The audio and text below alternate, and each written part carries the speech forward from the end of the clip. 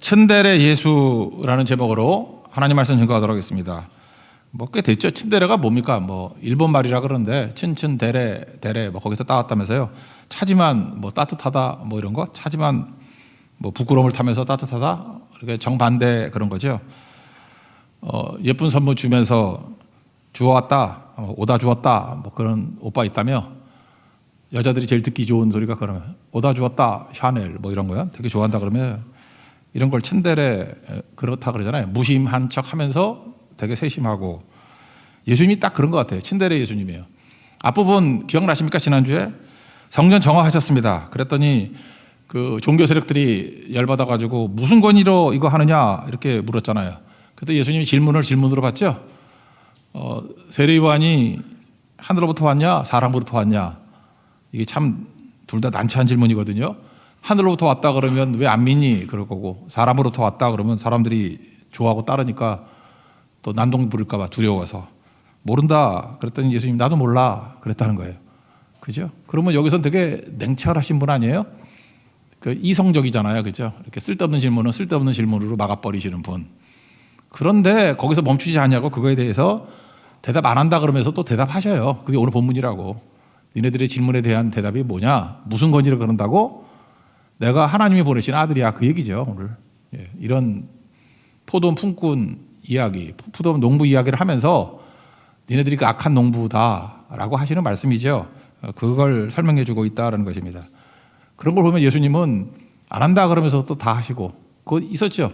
명절에 안 올라가 그런다면서 또 올라가시고. 몰라요, 그거? 예수님은 츤데레 예수님이기 때문에 예수님 말 이렇게 잘 알아들어야 돼. 그래서 마음을 읽어야지 껍데기 읽으면 안 된다는 것입니다. 그래서 20대 때 꼭 배워야 될 게 뭐냐? 사람의 그 말 너무 믿으면 안 되고요. 행동 너무 믿으면 안 되고 마음을 읽어야 돼. 마음을. 속이려고 그러는 게 아니라 본심이 뭔지. 본심을 읽는 법을 자꾸만 훈련해야 됩니다. 그러면 놓치지 않고 제대로 된 인생을 산다는 거예요. 성경 읽을 때도 본심을 읽어야죠. 여기 보면 포도원 농부 누구가 하나님이죠. 하나님의 본심을 읽어야 되고, 악한 농부들 이 친구들은 왜 악해졌는지 그 본심을 읽어야 되고, 아들 보냈다 그러잖아요. 예수님의 본심. 그래서 마음 있는 법을 잠깐만 훈련해야 돼요. 그래서 여러분들이 훈련할 때 저렇게 말하고 저렇게 행동하는데 본심이 뭐지? 그러면 금방 알아요. 절대 선동에 속아 넘어가지 않지. 어떤 사람이 막 떠들어대. 잘 봐봐. 저 사람은 이익을 좋아하는 사람이야. 그러면 저 사람의 본심이 뭘까? 답이 다 나온다니까. 근데 바보들은 별 생각이 없어. 그냥 말 따라가고 행동 따라가고. 그러니까 맨날 속는 거지. 사기당하고. 그러니까 믿음에 있어서 되게 중요한 게 뭐냐면 마음을 읽을 줄 아는 힘, 본심을 읽을 줄 아는 힘. 20대 때 그거 반드시 훈련해야 된다는 것입니다. 오늘 이 말씀을 가지고 한번 본심을 읽는 것들 한번 봅시다. 먼저 내용 정리하면은 간단한 건데, 포도원 주인이 있었습니다. 포도원 만들고 농부들에게 새로 주고 먼 외국으로 갔다, 타국으로 갔다 이렇게 얘기를 합니다. 그리고 소출의 일부를 받으려고 종들을 보내는데, 여기 보니까 3차례 보내죠. 하나 보냈더니 때려 보내고, 또 보냈더니 상처 내고 능욕해서 보내고, 또 보냈더니 때려 죽였대요. 나쁜 놈들이죠. 여기서 못 참을 것 같은데 참 사랑도 많아. 아들 보내면 대접해 줄 거야. 아들은 존대하리라. 그래서 아들 보냈다라는 것입니다. 그랬더니 적반하장으로 저 상속자자 죽이자. 그럼 다 우리 거다. 그리고 죽여버렸다는 거예요. 그러면 주인이 와가지고 그 악한 종들 어떻게 하겠어요? 다 진멸해버리고 다른 사람에게 주리라. 그게 오늘 스토리입니다. 근데 이 이야기를 할 때 종교 지도자들이 자기가 악한 종들이라는 거 알았습니까? 몰랐습니까? 알아들었다는 거예요. 이 사람들은 이성 있는 사람들이기 때문에 알아들었어요. 그래서 잡아 죽이려고 그랬는데 사람들 많아가지고 그냥 참고 가더라. 그런 얘기예요. 12절만 읽읍시다. 그 결론. 12절 읽겠습니다. 시작. 그들이 예수의 이 비유가 자기들을 가리켜 말씀하신 줄을 알고 잡고자 하되 무리를 두려워하여 예수를 두고 가니라. 이게 스토리예요. 그럼 이제 본심 읽는 거 훈련해야겠죠. 포도원 주인은 하나님, 악한 종들은 우리라고 봐야죠. 우리들이 악한 종. 아들은 예수님. 그리고 여기 계속해서 보낸 종들은 선지자다. 이건 논외로 합시다. 선지자들은 하나님이 사용하신 도구라고 생각하고, 이 세 파트의 마음을 읽는 것을 한번 살펴봤으면 좋겠습니다.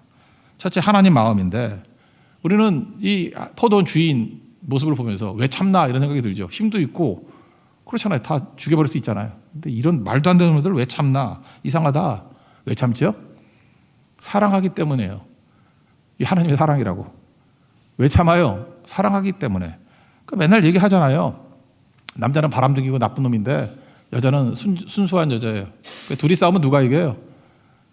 나쁜 놈이 이긴다니까. 나쁜 놈이 이겨요. 왜 지죠? 사랑하면 진다고. 반대로 여자도 뭐 나쁜 여자예요. 그죠? 꽃병 같은 여자라고. 근데 남자는 순진하고 착해. 그 백날 싸워봐. 누가 이겨요? 그 나쁜 여자가 이기죠. 꽃뱀이 이기지.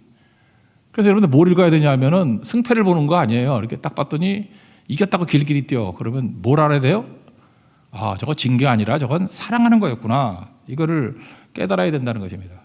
그러니까 하나님 마음을 읽어야죠. 하나님이 왜 지지요? 우리는 종종 보면은 당하는 하나님 그런 느낌이 들어. 하나님 왜 이렇게 맨날 당하지? 사랑하니까. 그거 마음 있는 거 아니에요. 솔로몬의 재판도 뭐 딴 거야? 뭐 진짜 엄마 가짜 엄마 뭐 애 반씩 갈라 날아가자라. 뭘 본 거예요? 그 행동과 대답이 아니라 마음 읽은 거 아니에요. 여러분 다 솔로몬 같이 될 수 있어요. 마음만 읽으면. 하나님 마음을 읽어야죠. 하나님이 왜 맨날 당하죠? 왜 참죠? 사랑하니까. 어떤 사람들은 그러니까 이 기본도 안 된 녀석들이 교수가 되고 막 학자가 돼가지고 얘기하니까 말도 안 되는 소리. 신학자 가운데 그런 얘기를 하는 사람이 있어요. 구약의 하나님과 신약의 하나님이 다르다. 구약의 하나님은 뭐 엄격한 하나님이고 신약의 하나님은 사랑의 하나님인데 이건 다른 두 줄기고 다른 두 종교가 이렇게 접합된 거다. 그런 얘기를 해요. 구약의 하나님이 심판하는 하나님이고 엄격한 하나님입니까? 사랑의 하나님이죠. 여기 보세요. 사랑의 하나님이니까 계속 선지자 보냈지. 구약에 선지서 되게 많잖아. 대선지서 5개 있고 소선지서 12개 있고 구약 성경 가운데 17개가 선지서예요. 선지자 보내고 보내면 죽이고 또 보내고 왜 당하지 하나님은? 선지서 원래 하나면 되잖아. 하나 보내가지고 말 안 들으면 싹 죽여버리겠어. 그럼 끝나는 거 아니에요. 근데 선지자가 이렇게 많아요. 사랑의 하나님이라니까요. 그러니까 선지자 계속 보내는 것이 하나님이 바보기 때문에 당하는 이유가 뭐냐? 바보기 때문이 아니고 사랑하기 때문이다. 이렇게 이해하면 된다라는 것입니다.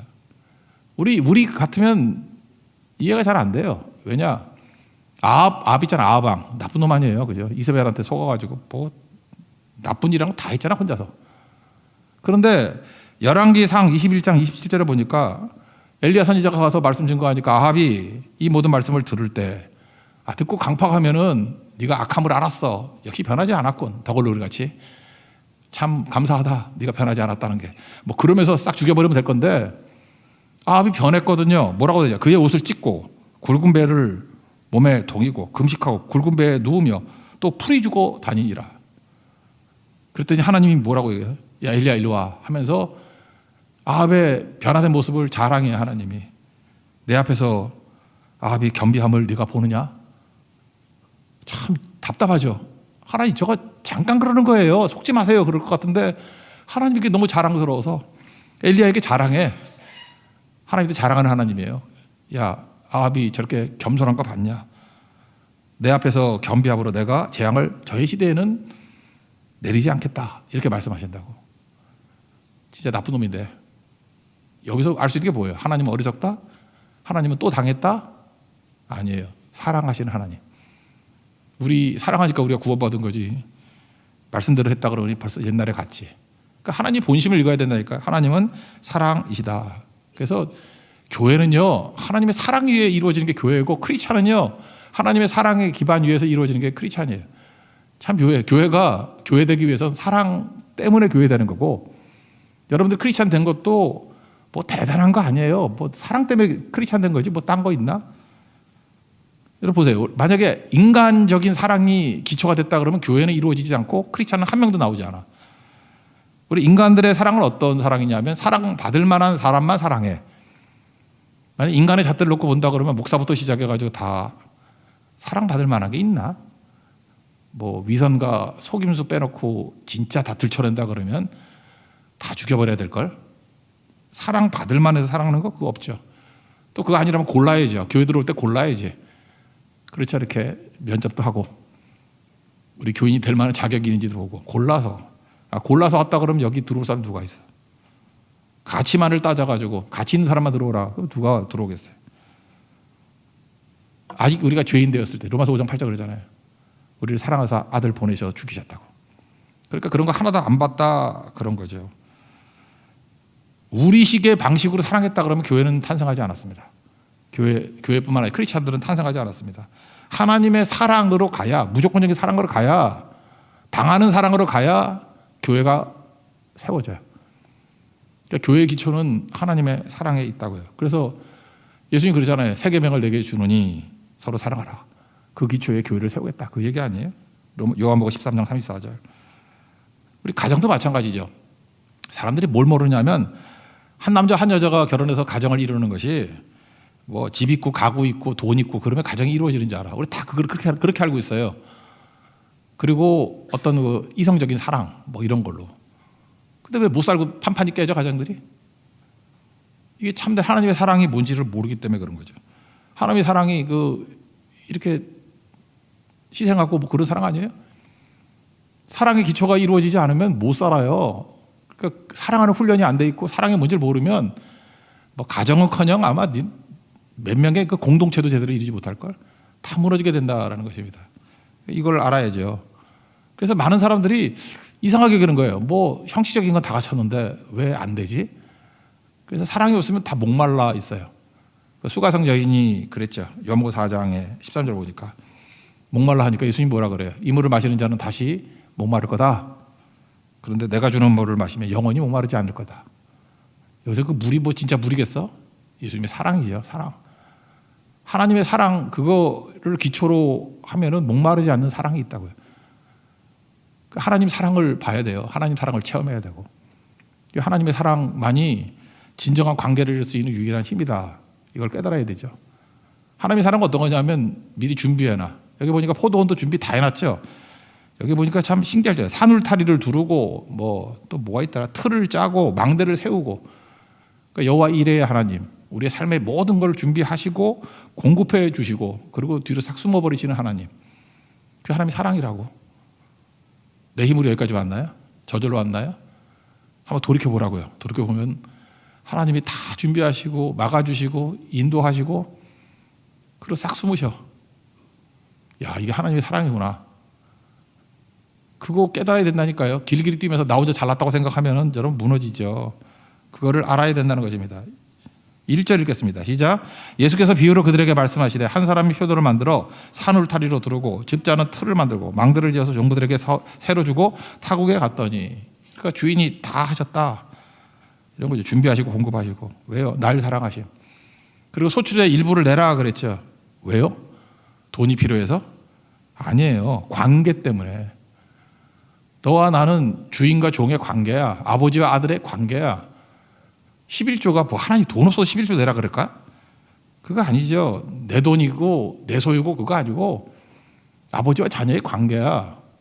우리 삶의 왕 되신 게 주님이야. 우리 삶의 주인 되신 게 하나님이야. 이 관계를 보여주는 거예요. 관계. 뭐 그런 거 있잖아요. 뭐 예를 들어서 뭐 내 땅인가 뭐 집 하나 빌려줘요. 그냥 공짜로 주고 싶은데 그래도 관계 내 거라는 거 알고 위해서 그냥 한 달에 10,000원만 내 이런 거. 이거 많이 빌리고 난 다음에 한 1,000,000원씩 내야 될 건데 10,000원만 내 그러면 그것조차 않는다 그러면 뭐죠? 주인임을 무시해 버리는 거 아니에요. 그것도 왜 관계지? 관계로 얘기하는 거지 뭐 딴 거겠어요? 근데 우리 그걸 모르는 거죠. 다 내 거다. 그때부터 무너지기 시작한다는 것입니다. 2절 읽읍시다. 시작.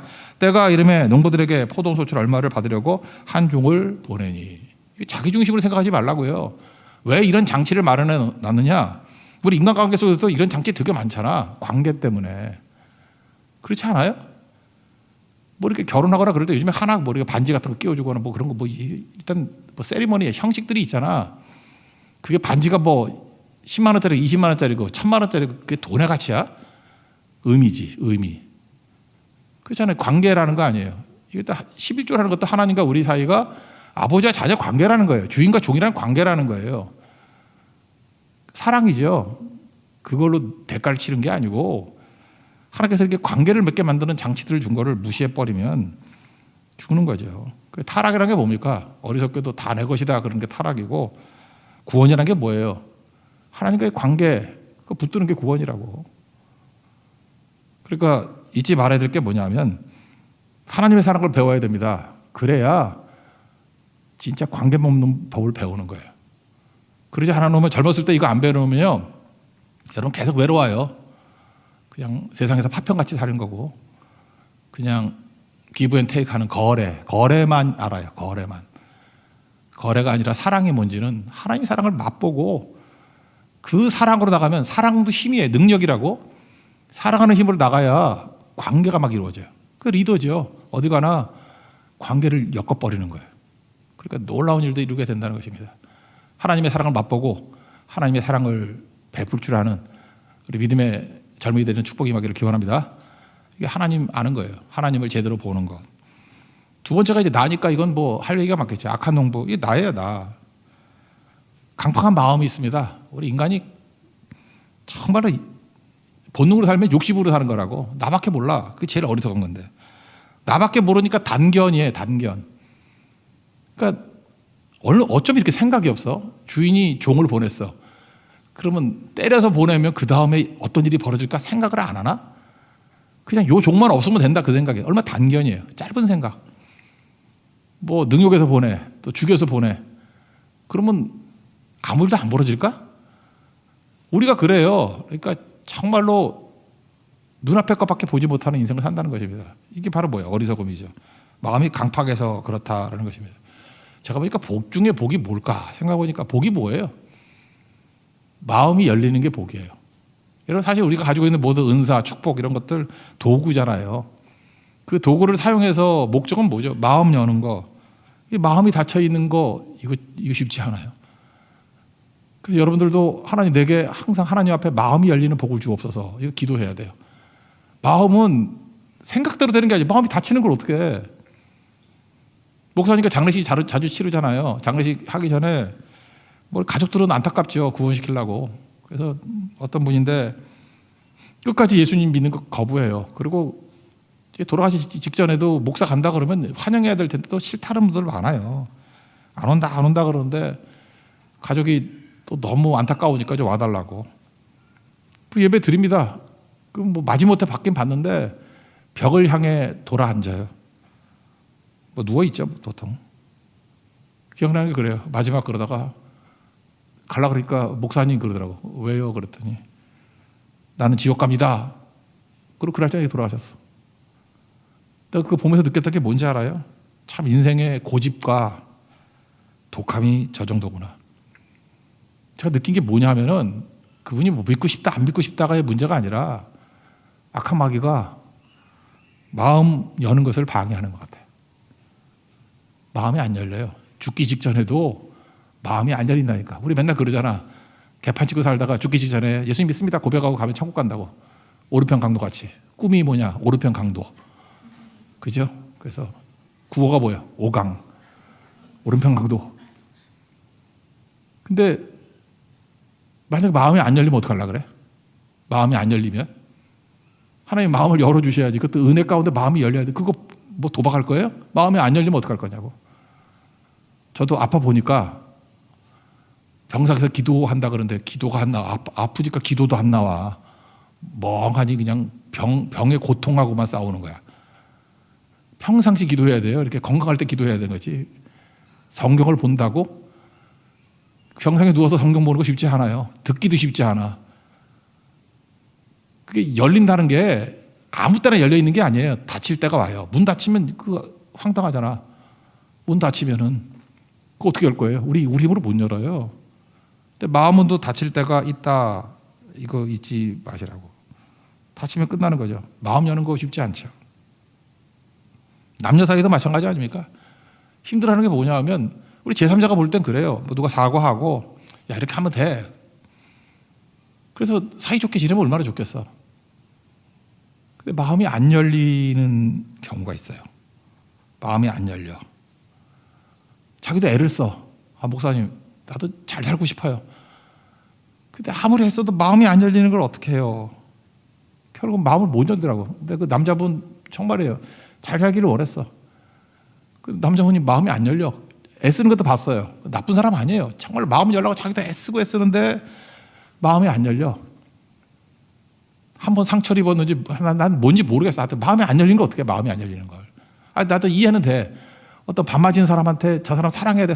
마음이 안 열릴 것 같아. 죽어도. 막 칼을 갖다 대면 순교를 하지. 그런 느낌이 들지? 그 마음이 안 열릴 것 같아. 마음이. 물론 뭐 하나님 열리는 마음 주면 또 여는 거 사는 거죠. 그래서 또 말하면 더 그러나 하여튼 살긴 살아요. 지금 남처럼 살아. 남처럼. 그러니까 사람 마음이 닫히면 열리는 게 어렵다라는 거 여러 경험하실 거라고. 이제 20대 초반에 잘 모르는데 시간 지나봐요. 마음이 안 열린다니까. 그래서 복이 뭐냐 하면 마음이 열리는 거예요. 마음이 열리는 거. 예수님 항상 기도하십시오. 그냥 무덤덤하게 그렇게 기도해요. 하나님, 내가 예배 드릴 때 마음 열리게 해주세요. 그냥 찬송 한 곡만 불러도 마음이 열리게 해주세요. 예수님 말씀 앞에 마음이 열리게 해주세요. 그게 복이에요. 수없이 많은 사람들이 예배 받다가 왜 그냥 돌아가는지 알아요? 마음이 안 열려. 그래서 마음 열리는 게 복이라고요. 이 악한 종들 왜 악한 종이 됐나요? 마음이 안 열리니까. 그러니까 이런 바보 같은 짓 하잖아요. 마음 열리게 해달라고. 순서마다 좀 본다 그러면 마음이 안 열리고 진짜 약한 젊은이들이 있다 그러면 이 말씀 꼭 들어보세요. 무기력에 빠지게 된다고. 마음이 안 열리면. 무기력에 빠지게 되면은 그때는 뭘 해야 되느냐? 하나님 뭘 한 가지 말씀이라도 좀 이렇게 납득되고 이해되게 해주세요. 거기서부터 시작을 해야 돼. 저는 약간 에너지가 넘치는 사람이었던 것 같아. 내가 보니까. 그래서 에너지 없는 사람의 심정을 잘 모르는 것 같아. 그래서 에너지 없는 사람들 보면 젊었을 때 맨날 욕하고 다녀서 저것도 사는 거냐? 저게 인간이냐? 근데 이렇게 보니까 진짜 에너지가 없는 사람도 있더라고. 그러니까 에너지가 넘치는 사람은 이렇게 권하면 돼요. 해봐! 그러면 돼. 하면 된다! 해보라! 뭐 이러면 돼. 에너지가 넘치니까 이것 해보고 저것 해보고 이것저것 하다 보면 어디 하나 걸려. 그래서 에너지가 넘치는 사람은 그것도 복이에요. 이것저것 해보면 돼, 그 사람은. 그러면 한 번쯤에는 뭐가 돼. 근데 에너지가 없는 사람은요, 한 번 하는 것 자체가 엄청 스트레스야. 쓰레기를 가서 버리는 게 힘들어. 뭐 힘들어? 그냥 엘리베이터 타고 내려가서 쓰레기 버리면 되는데. 에너지가 넘치는 사람은요, 뭐 일도 아니야. 쓰레기 버리는 게 뭐 문제야? 근데 에너지가 바닥인 사람은요, 쓰레기를 버릴까 말까 고민을 4시간을 해. 누워서. 그리고 힘이 없대. 밥은 새끼 꼬박꼬박 먹으면서. 힘이 없대. 에너지가 없는 사람이에요. 그래서 에너지가 없는 사람에게 중요한 게 뭔지 제가 알았어요. 이해하는 거야. 그 사람을 이해시켜야 돼. 막 윽박지르면 안 되고, 이 사람은 시행착오로 되는 게 아니라 움직일 수 있는 기회가 한 번밖에 없어. 그래서 잠깐만 이해시키고 납득시키고, 그래서 한 번 마음을 싹 열어줄 때 그거 할 수 있어요. 그러니까 여러분 전도할 때도 그게 되게 필요한 거예요. 에너지가 없는 사람들을 꽤 많이 만나거든. 그런 사람들에게는 하여튼 하나님 한 번만 마음을 열어주세요. 작은 거에 한 번 마음 열어주세요. 그래서 그거 할 수 있도록. 그거 하면 순종하면은 에너지가 또 생겨. 또 생기고. 그거 어떻게 해? 그렇게 해서 풀어나가야지. 그래서 이런 사람에게는 큰 거 하라 그러면 안 돼. 작은 거 하라 그래야 돼. 작은 거. 우리 소확행이라는 거 들어봤죠? 작지만 확실한 행복. 이 사람은 소확결이야. 작지만 확실한 결과. 그러니까 작더라도 뭐 확실하게 결과가 나타나는 거 시켜야 돼요. 에너지가 없으니까.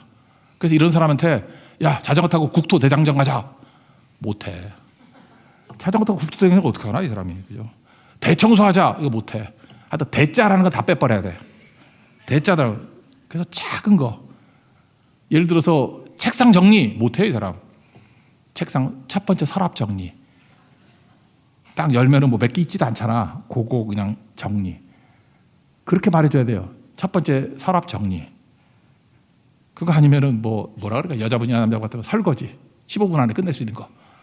이거 설거지만 하자. 근데 쌓인 거 말고 그냥 간단한 설거지 하자. 아니면 좀 방 정도 좀 작다 그러면 청소 정도 하자. 이런 거죠. 우리 말씀도 그래요. 요즘에 우리 교회 뭐 통독 열풍이 불잖아. 그렇게 에너지 하나도 없는 사람한테 와가지고 야 오늘 아침부터 저녁까지 신약 통독 도망가요. 그런 사람에게는요 시편 1편 1자 6절이야. 그래야 돼요. 그 다음에 시편 23편으로 넘어가야 돼. 2편 3편 넘어가면 안 돼. 길어서. 여호와는 나의 목자신 내가 부족함이 없으리로다. 힘들면 2절까지만 해요. 초장까지만 가. 초장까지만 가도 돼. 그 다음에 가면 또 사망의 음침한 골짜기에서 힘들어져.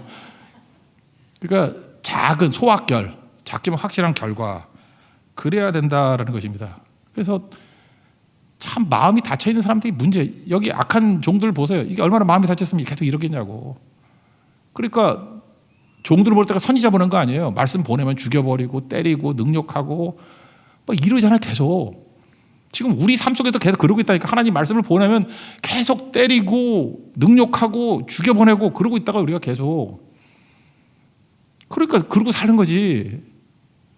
그럴 때는요, 그냥 뭐 큰 거 요구하지 말고 작은 거 요구해서 작은 거에 마음이 열리도록, 그리고 소확결, 작은 거의 결과를 얻도록, 이게 되게 중요한 거죠. 우리 20대 때 이거 붙으십시오. 혹시라도 여러분 상처가 있거나 또는 너무 이렇게 경쟁에서 밀리거나 루저가 됐다거나 이게 쌓인 거거든.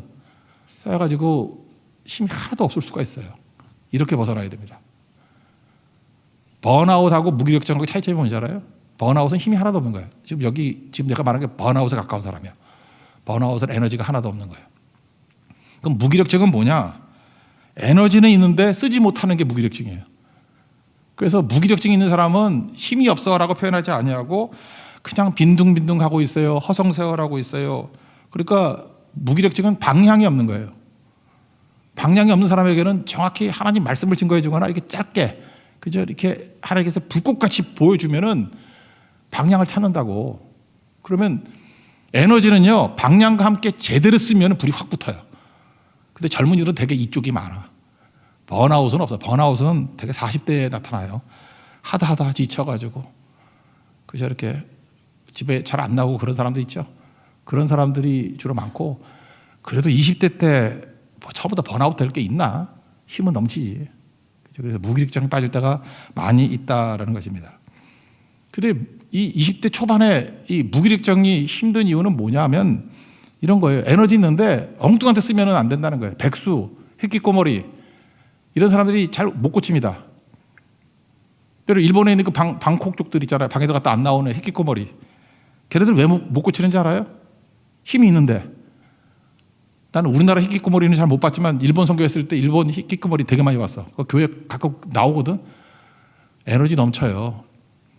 근데 얘네들이 왜 일도 안 하고 그냥 집에 처박혀서 나오지도 않고 저러나 보니까 1차원적 쾌락에 중독돼 있기 때문에 그래요.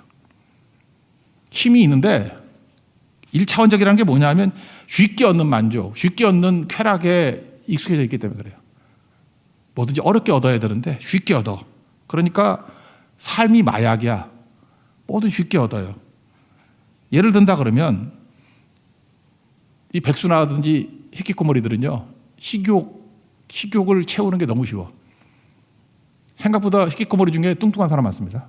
이거 뭐냐면 쉬지 않고 먹어요. 집에서 쉬지 않고 먹어. 가보세요. 배달 음식 막 쌓여 있어. 쉬지 않고 먹어. 학교를 가거나 직장을 가면 쉬지 않고 먹을 수가 없잖아. 뭐 공부도 해야 되고 수업도 들어야 되고. 그래서 시간별로 먹죠. 아침도 못 먹고 막 뛰잖아. 아침 시간에 아침 먹고 점심 시간에 점심 먹고 저녁 때 저녁 먹고 그럴 수밖에 없잖아요. 주말에 먹으면 쫓겨나지. 그렇지 않아요? 근데 히키코모리는 시도 때도 없이 먹어. 그래서 심습관이 리듬이 다 깨져버리는 거예요. 그리고 또 하나, 어떤 쾌락을 얻을 때도 일반적인 일을 하는 사람들은 뭘 좀 억제했다가 어느 순간인가 이걸 채우고 하잖아요. 욕구를. 얘네들은 허구한 날 채워. 그래서 그때 우리가 어떤 절제됐다가 만족을 얻을 때 나오는 게 도파민이잖아요. 도파민 분비가 이게 균형을 잃어요. 나중에 메말라 나오지도 않아.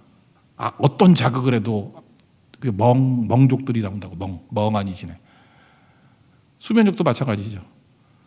자고 깨고 하는 것들이 리듬이 있어야 되는데 그냥 졸리면 자는 거야. 아무 때나. 알람도 없어. 깨야 될 시간도 없어. 그래서 너 언제 깰 거야? 자기도 모른대. 여러분도 그런 사람 있죠. 내가 언제 깨는지 모르는 사람. 리듬이 다 깨져버린 거야. 그죠? 이런 사람들의 문제는 뭐예요? 이렇게 자고 수면이 일정하지 않으면요, 호르몬 체계가 무너져요. 햇빛 못 받으면 무슨 호르몬도 좀 문제가 있잖아. 그죠? 그래서 사람이 이상해져 버려. 그래서 백수라든지 히키코모리가 벗어나기가 쉽지 않아요. 이 사람들에게 필요한 건 뭐예요? 무조건입니다. 작은 거에 마음 열고 하나부터 규칙적으로 하는 거예요. 그래서 내가 볼 때 모든 질병들 다 깨는 거 새벽기도부터예요. 새벽기도부터 철저히 지키기 시작하면 쉽지 않을 거예요. 그죠? 에너지 없는 사람한테 새벽기도를 어떻게 나와? 근데 그런 사람 참 묘해요. 그죠? 밤은 셀 줄 알아. 근데 새벽기도 직전에 잠이 와. 그래서 밤새고 못 나와. 그럴 때는 억지로라도 밤을 새더라도 새벽기도 하고 자라고. 그렇게 되면 리듬이 생기기 시작해요. 계속해서. 그런 것들을 붙들을 줄 알아야 된다는 것입니다. 근데 이거 먼 얘기 아니고 20대 때 번아웃 아니면 에너지가 하나도 없든지, 이건 10대 때 상처를 크게 입었던 사람이 번아웃 되는 거야. 많이는 없고 대개 무기력증이에요. 무기력증은 1차적인 만족에 매달리는 거예요. 왜냐? 지금은 우리나라 못 사는 나라 아니거든. 부모들이 해주거든. 뭔가 할 수 있거든요. 깨면은 할 게 있어. 게임을 하든지 유튜브를 하든지 뭐 할 게 있어. 1차적인 만족이에요. 그러면 악순환이 돼버립니다. 그러니까 어떤 말씀이 오든지 어떤 선지자를 보내든지 때려 죽인다니까. 다 보내버리고. 그래서 결국은 뭐예요?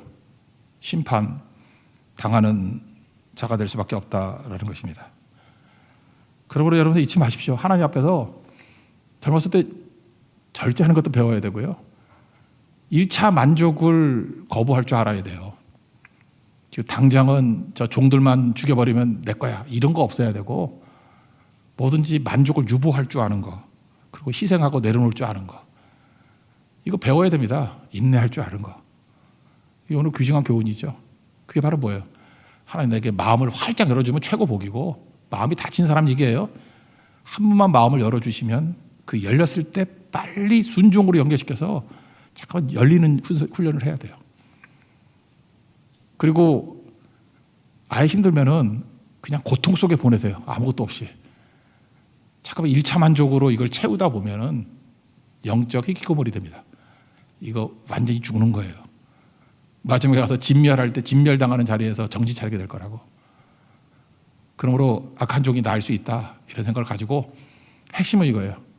하나님, 나의 마음을 열어 주옵소서. 말씀 앞에 마음이 열리고 예배 앞에 마음이 열리고, 하여튼 마음이 열리는 사람만큼 복된 게 없다라는 거예요. 항상 마음이 열리는 우리 하나님이 종되기를 바랍니다. 마지막 세 번째 예수님인데, 이거 뭐 간단히 합시다. 예수님, 아들을 선물로 주신 거죠. 요한복음 3장 16절, 하나님이 세상을 이처럼 사랑하사 독생자를 주셨으니 이는 그를 믿는 자마다 멸망치 않고 영생을 얻게 하려 하심이라. 하나님이 그 아들을 세상에 보내신 것을 세상을 심판하려 하심이 아니다. 그로 말미암아 세상을 구원받게 하려고 보내셨다. 심판이 아니라 구원이다. 그러니까 예수님의 모습을 잊지 마십시오. 교회가요, 세상에 대해서 우리도 그렇잖아요. 이렇게 죄인들을 보면은 정의 구현하려고 예수님 보낸 거 아니에요. 정의 구현하려고 교회 세운 거 아니라고. 잠깐 교회 와가지고 정의 구현하려고 그래. 생명을 주시려고 예수님 보내신 거예요. 구원하려고 예수님 보낸 거라고요. 여기 보면 다 죄인들이죠. 그러면 여러분들 잠깐 정의 구현하려고 그래. 아, 저 사람은 저 문제 있고 저거 문제 있고. 정의 구현은 저 딴 데 가서 해야 돼. 딴 데 가서. 저기 캐톨릭 가면 정의 구현 사제단도 있던데 거기 가서 해. 교회에서는 정의 구현하는 게 아니고요. 생명을 주시려고, 구원을 주시려고. 그 관점에서 봐야죠. 예수님 왜 부르셨어요? 생명 주시려고, 구원 주시려고. 3장 16절 해석이 17절에 나오니까 심판하려 오신 것이 아니라 구원하려, 생명 주시려 오셨다. 그거 꼭 붙들어야 된다라는 것입니다. 그럼 우리가 예수님의 모습을 통해서 우리가 어떻게 살아야 되는지 알겠죠. 예수님의 그 모습을, 예수님 제자들 아니에요. 이 땅을 살아갈 때 예수님 같이 내가 죽더라도 희생하더라도 생명을 주려고, 구원을 주려고 이 땅을 살면은 달라지겠죠. 그걸 사명이라 그러잖아요. 바울도 구원받고 난 다음에 구원을 주려고, 생명을 주려고 자기 인생 바쳤잖아요. 그럴 때 우리 인생에서 느끼는 게 뭐냐 하면 무모하다라는 느낌을 받아. 이렇게 저 사람 이렇게 무모해. 여러분, 인생은요, 필요한 것만 갖고 사는 거 아니에요. 필요 갖고 살면 그거 무슨 짐승이고, 유용한 것만 갖고 사는 거지. 그거 뭐 자본주의 인간이지. 필요한 거, 유용한 것만이 아니고 무모함이 있어야 돼. 무모함이 뭔지 알아요? 가슴이 뜨거워지는 거 하는 거예요. 젊었을 때 가슴이 뜨거워지는 일을 해야 돼. 필요한 거 하면 안 돼. 필요한 것만 해서는 안 되고, 이익이 되는 것만 해서는 안 되고, 가슴이 뜨거워지는 거 해야 된다고. 하나님이 젊은 사람에게 반드시 가슴이 뜨거워지게 만들어요. 사명 붙들고 살면 가슴이 뜨거워져. 가슴이 찬 것만 하지 마세요. 아이스 아메리카노 먹지 말고 여름에도 뜨거운 거 먹어서 가슴이 뜨거워지라고 좀. 아 뜨거 하면서 젊었는데 뜨거움을 못 느끼면 그거 살았다가 죽은 자지. 그죠? 나이 먹으면 점점 사람이 성숙해진다. 절대 안 그래요. 저도 나이 먹어보니까 그래. 가만 놔두면 나이 든 사람들 더 편협해져요. 그리고 자기가 자기를 괴롭히는 사람 되게 많아. 내 친구들 보니까 자기가 자기를 괴롭혀. 혼자서 자꾸만 저한테 걸어가지고 자기가 얼마나 쓰레기인지를 확인하고 있어. 전 목사, 나 이렇게 사는 거 아니지. 전 목사, 나 쓰레기지. 나 루저지. 나고자지. 그걸 확인하고 있어. 그러면 저는 항상 그래. 그걸 끊어버리는데 혼자 괴롭히고 하다가 그래야 돌아오지. 저 선지자예요. 그거 죽여버려야 돼, 그런 것들은. 자기 괴롭히다가 남도 괴롭히잖아, 남도. 그냥 나만 아니야, 너도 그래. 그러면서 공격하고. 자꾸만 좁아진다고. 넓어지는 방법이 뭔지 아세요? 무모해지는 거예요, 무모해지는 거. 말도 안 되는 것 같이 보이지만 나를 벗어나서 예수님 같이 남을 위해 살고 희생하고, 오늘 파인애플 이야기 했잖아요. 내 거 하다 보면 이게 진짜 늙은이, 노랭이 같은 늙은이로 죽는다고. 다 주님의 거야 하면서 나눠주기 시작하는 거죠. 제가 일전에 얘기를 했죠. 그 돈도 시간이 가면 갈수록, 나이가 들면 들수록 딱딱한 돈 가지면 안 되고 말랑말랑한 돈 가져야 된다고. 아, 돈이라는 게 사실은 다 뭐 통장에 찍혀 있는 숫자 아니에요. 100억을 갖고 있다 그러면 100억 들고 다니는 사람이 누가 있어요? 그냥 통장에 100억 있는 거지. 100억 딱 찍히는 거고. 통장에 100억 있는 사람이 지금 쓸 수 있을까? 지금 돈 써요? 지금 빌딩 하나 갖고 있는 사람이 돈 쓸 수 있어요? 어떻게 써? 저도 부자 친구들 좀 있는데 부자 친구는 돈 못 쓰는데 내가 더 돈 잘 쓰는 것 같아. 왜냐면 난 쓸 수 있는 돈을 갖고 있거든. 걔는 쓸 수 있는 돈이 없어. 다 아파트 아니면 빌딩이야. 그리고 맨날 돈이 없대. 뭐 세금 내야 되고 뭐 내야 되고. 그래서 찍힌 것만 하는데 거지같이 살아. 근데 저는 항상 가처분할 수 있는 게 한 1, 200만 원 있거든. 그러니까 내가 더 잘 써. 선교사님 와도 헌금도 그때그때 하고. 그래서 도둑 들게 돼. 저 가방에 항상 현찰 들고 다녀요. 왜냐? 그 은행 계좌로 헌금할 수 없잖아. 힘들잖아. 언제 그 물어서 해. 그냥 봉투 넣어서 드리고 그게 더 편한 거지. 여러분 잊지 말라고요. 나이 들면서는요, 재산을 내가 볼 때 한 반 정도는 말랑말랑한 돈으로 다 바꿔놔야 돼. 당장 쓸 수 있는 돈으로. 그리고 삶이 엄청 풍요해지고요, 부유해진다니까. 이건 나이 드신 분들 얘기예요. 그죠? 여러분 삶에서도 예수님 같이 항상 말랑말랑한 것들을 만드는 거세요. 그러니까 당장 쓸 수 있도록. 사랑도 말랑말랑해야 되죠. 말도 말랑말랑한 거. 당장 쓸 수 있는 거. 그러면 인물 됩니다. 인물. 오늘 성경은 뭐라고 얘기해요?